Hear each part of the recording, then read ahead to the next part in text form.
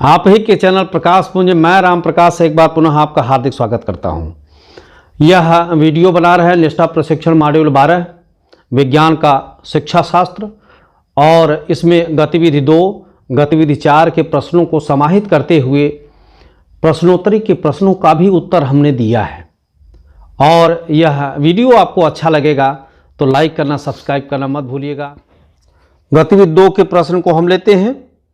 यह छात्रों और शिक्षक के समय और प्रयास को नहीं बचाता है, यह बिल्कुल सही उत्तर है। इस पर टिक मार करके हम आगे बढ़ेंगे। और इसी क्रम में अगला क्वेश्चन हम लेते हैं। यह सभी छात्रों को आसानी से दिखाई देता है और चर्चा के बिंदु को याद करने का लगभग कोई मौका नहीं देता है, यह बिल्कुल सत्य है। और इस पे टिक मार के हम आगे बढ़ेंगे। और इसी क्रम में हम अगला क्वेश्चन लेते हैं। यह एक अवधारणा या एक सिद्धांत को दर्शाता है, यह बिल्कुल गलत है। और इसी को हम टिक मार करके हम आगे बढ़ेंगे। इसी क्रम में अगला क्वेश्चन हम लेते हैं। इसमें एक सक्रिय छात्र भागीदारी होती है, यह बिल्कुल गलत है। और इसी को हम टिक मार के हम आगे बढ़ेंगे। और इसी क्रम में अगला क्वेश्चन हम लेते हैं। यह छात्रों में विचारधारा का आरंभ करता है, बिल्कुल यह सत्य है। और हम इसको टिक मार के हम आगे बढ़ेंगे। इसी क्रम में अगला क्वेश्चन हम लेते हैं। यह देखिए 5 क्वेश्चन हमने हल किया है, इसमें 3 क्वेश्चन सही हुआ है। बोतल और किताब आघात वर्धनीय वस्तुएं नहीं हैं। आघात वर्धनीय का मतलब वह आघात करने के बाद वह वर्धनी बढ़ जाए, उस तरह की वस्तु नहीं है। यह बोतल और किताब बिल्कुल सही है। और इसी को टिक मार के हम आगे बढ़ेंगे। और इसी क्रम में अगला क्वेश्चन हम लेते हैं। कागज का टुकड़ा आघात वर्धनीय वस्तुएं नहीं हैं, यह बिल्कुल सही है। इसको टिक मार के हम आगे बढ़ेंगे। और इसी क्रम में हम अगला क्वेश्चन लेते हैं। कपड़े का टुकड़ा आघात वर्धनीय वस्तुएं नहीं हैं, बिल्कुल सही है। इसको टिक मार के हम आगे बढ़ेंगे। और इसी क्रम में अगला क्वेश्चन लेते हैं। तांबे का तार आघात वर्धनीय वस्तुएं हैं, बिल्कुल सही है। और इसको टिक मार के हम आगे बढ़ेंगे। इसी क्रम में हम अगला क्वेश्चन लेते हैं। लोहे की चाबी बिल्कुल आघात वर्धनीय वस्तु है, इसी को टिक मार के हम आगे बढ़ेंगे। और इसी क्रम में अगला क्वेश्चन हम लेते हैं। एल्यूमिनियम का टुकड़ा आघात वर्धनीय वस्तु है, बिल्कुल सही है। और इसी को टिक मार के हम आगे बढ़ेंगे। और इसी क्रम में हम अगला क्वेश्चन लेते हैं। यह 6 के 6 क्वेश्चन हमारा सही है। प्रश्नोत्तरी के प्रश्न अब शुरू होते हैं। और यह देखिए प्रश्नोत्तरी के प्रश्न आ गए हैं।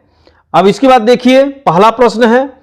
शिक्षक ने शिक्षार्थियों को हर्बल उद्यान में अपनी ऊंचाई का उपयोग करते हुए पौधों की तुलनात्मक लंबाई मापकर तथा धागे का उपयोग करते हुए और पौधे के तने की लंबाई माप, इसमें हम बिना लेट लतीफ किए पहला, दूसरा और तीसरा विकल्प इसका सही है। टिक मार के हम आगे बढ़ते हैं।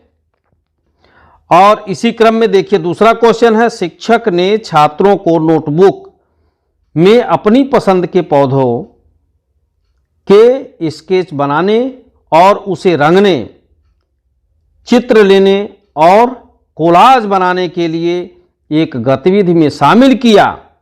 इसके आगे आप पढ़ लीजिएगा, इसमें दूसरा वाला विकल्प सही है। पौधों की प्रवृत्तियों में विविधता पाई जाती है, बिल्कुल सही है। इसको टिक मार के हम आगे बढ़ते हैं। इसी क्रम में अगला क्वेश्चन हम लेते हैं। विभिन्न पौधों के प्रवृत्तियों के डेटा के संग्रह के लिए कक्षा 6 के छात्रों के साथ एक शिक्षक द्वारा संचालित हर्बल उद्यान में प्रकृति की सैर के दौरान विषय शिक्षक ने निष्कर्ष निकाला, इसको आगे पढ़ लीजिएगा। और इसमें दूसरा वाला विकल्प ही सही है, शिक्षार्थी पौधों को उनकी प्रवृत्तियों के आधार पर वर्गीकृत करने में सक्षम होंगे, यह बिल्कुल सही है और इस पे टिक मार के हम आगे बढ़ते हैं। इसी क्रम में हम अगला क्वेश्चन लेते हैं। आप नीचे दी गई गतिविधि छात्रों के समक्ष प्रदर्शित कर रहे हैं। प्याज को काटकर पानी में मिला दिया, अब यह जल धनात्मक लिटमस परीक्षण में क्या रिस्पांस देगा? अम्ल उस विलयन में बनता है जो नीले लिटमस को लाल कर देता है, यह बिल्कुल सही है और इसको टिक मार के हम आगे बढ़ते हैं। अब इसी के साथ अगला क्वेश्चन लेते हैं। छात्रों से कहा जाता है कि प्रोटीन से बने विभिन्न रेशों के बारे में जानकारी एकत्र करें। निम्न में से किसके बारे में वे जानकारी एकत्र करेंगे? रेशम के बारे में एकत्र करेंगे जानकारी और इसको टिक मार के हम आगे बढ़ते हैं। और इसी के साथ अगला क्वेश्चन हम लेते हैं। कक्षा में घोल के बारे में चर्चा करते हुए आप एक विद्यार्थी को पानी में किसी पदार्थ को डालने के लिए एकत्रित करते हैं। पदार्थ की निश्चित मात्रा को जोड़ने के बाद, अब यह पूरा आप पढ़ लीजिएगा और उसका उत्तर दूसरा वाला सही है, घोल संतृप्त हो जाता है और इसको टिक मार के, यही विकल्प सही है, इसको टिक मार के हम आगे बढ़ते हैं। इसी क्रम में हम अगला क्वेश्चन लेते हैं। आप छात्रों को यह महसूस करने में मदद करना चाहते हैं कि सभी ध्वनियां मनुष्य के लिए श्रव्य नहीं हैं। आपकी राय में इसकी सबसे प्रभावी कार्यनीति क्या हो सकती है? परियोजना ही इसका प्रभावी कार्यनीति हो सकती है, इसको टिक मार के हम आगे बढ़ते हैं। इसी क्रम में अगला क्वेश्चन हम लेते हैं।